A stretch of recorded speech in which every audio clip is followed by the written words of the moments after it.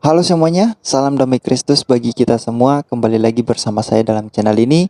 Dan pada kesempatan kali ini saya ingin membahas salah satu hal yang paling hangat diperbincangkan dalam kekristenan, yaitu mengenai Tritunggal atau Trinitas.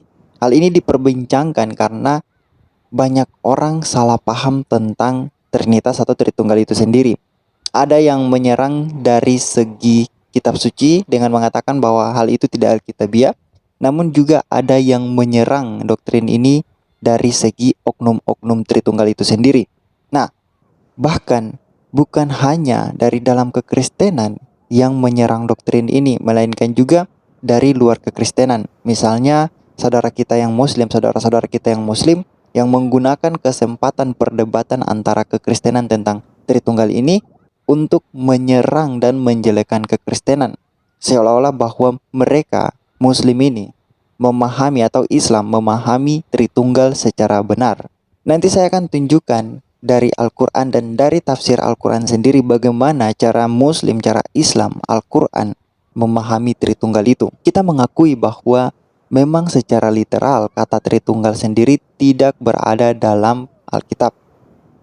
Sama juga dengan kata inkarnasi, tentu juga tidak ada dalam Alkitab. Atau misalnya kita tahu bahwa kata tauhid sendiri dalam Islam tidak ada dalam Al-Quran.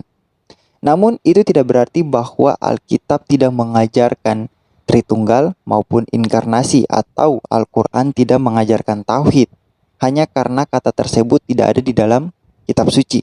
Dalam Alkitab sendiri jelas-jelas bahwa kedua hal itu diajarkan, yaitu tentang inkarnasi dan juga tentang Tritunggal atau Trinitas, sekalipun tidak disebutkan secara literal. Misalnya dalam Alkitab kita menjumpai bahwa Allah menjadi manusia, lalu kita menyebut hal itu sebagai inkarnasi. Begitupun dengan Tritunggal, yang dalam pengertiannya adalah tiga pribadi dalam satu hakikat kealahan, tidak terpisahkan tapi bisa dibedakan. Contohnya misalnya kita baca dalam Perjanjian Lama, Kejadian 22 ayat 11 sampai ayatnya yang ke-12 tentang malaikat Tuhan dan Allah, di mana ketika Abraham akan menyembelih Ishak, malaikat Tuhan mencegah dia supaya tidak melakukan itu, dan malaikat Tuhan berkata bahwa malaikat Tuhan mengetahui bahwa Abraham takut akan Allah.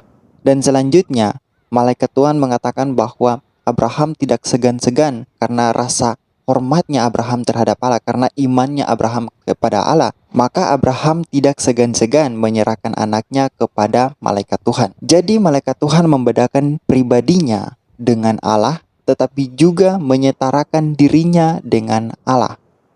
Dan untuk Roh Kudus dalam Perjanjian Lama kita bisa temui hal itu dalam Hakim-Hakim 13 ayat 21 hingga ayatnya yang ke-25, yang juga membedakan antara malaikat Tuhan dengan Roh Tuhan. Ayat 21 dalam pembacaan itu dalam Hakim-Hakim 13 menyatakan bahwa malaikat Tuhan tidak lagi menampakkan dirinya bagi Manoah dan istrinya, tetapi pada ayatnya yang ke-25 menyatakan bahwa Roh Tuhan mulai bekerja dan menggerakkan hati Simson setelah menjadi besar dan diberkati Tuhan. Dan sepanjang kisah Simson itu hanya Roh Tuhan yang diperlihatkan terlibat menguasai Simson, terlibat dalam peristiwa kisah Simson. Dan pada pasalnya yang ke-16 ayat 20, Roh Tuhan itu dinyatakan sebagai Tuhan dengan menyatakan bahwa Tuhan telah meninggalkan Simson dikarenakan dia sudah melanggar nazir Allah karena rambutnya digunting. Ini adalah pembedaan pribadi Allah dalam Perjanjian Lama. Namun pembedaan ini tidak menunjukkan keterpisahan, melainkan menunjukkan kesatuan. Karena ketiganya memiliki esensi ilahi yang sama, yaitu Allah. Malaikat Tuhan dan Roh Tuhan bisa membedakan pribadinya dengan pribadi Allah, tetapi tidak menunjukkan keterpisahannya dengan Allah.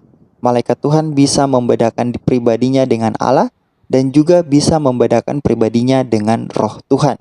Tetapi dalam konteks yang sama juga sama-sama disebut sebagai Allah atau Yahweh itu sendiri. Itulah Tritunggal.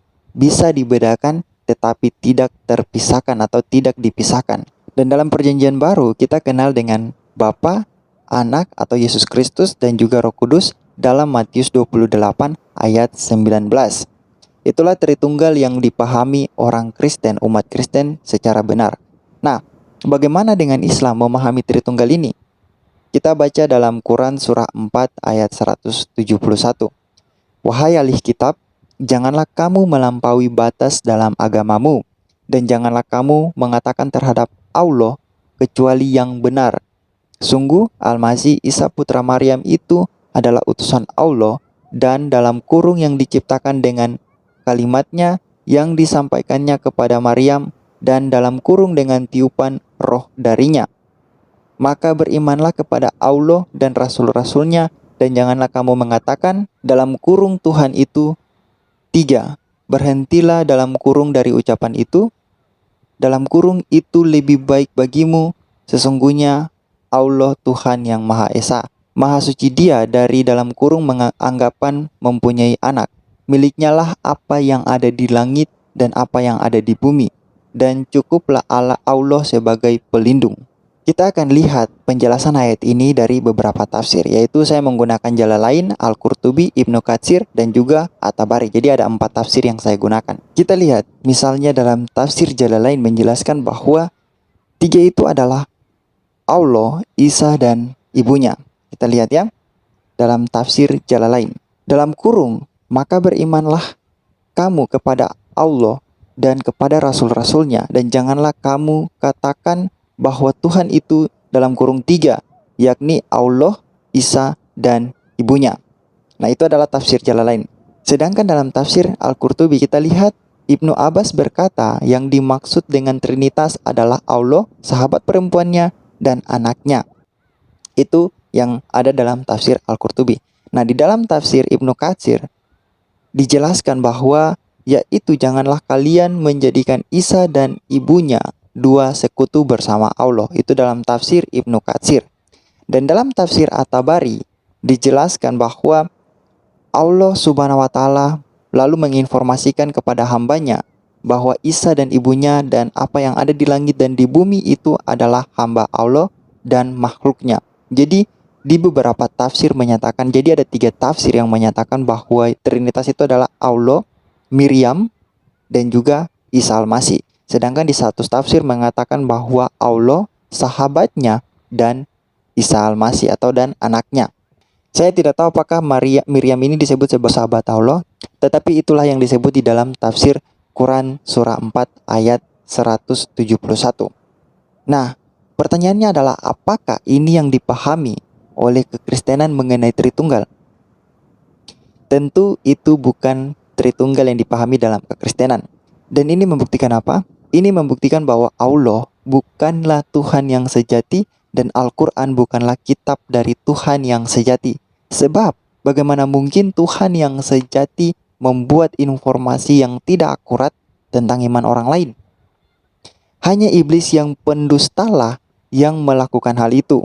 Alkitab mencatat bahwa iblis adalah pendusta sejak awal dan pembunuh manusia sejak semulanya dan tidak hidup dalam kebenaran sebab di dalam dia tidak ada kebenaran. Apabila dia berkata dusta, dia berkata atas kehendaknya sendiri, sebab ia adalah pendusta dan bapa segala dusta. Itulah yang dinyatakan dalam Yohanes 8 ayat 44.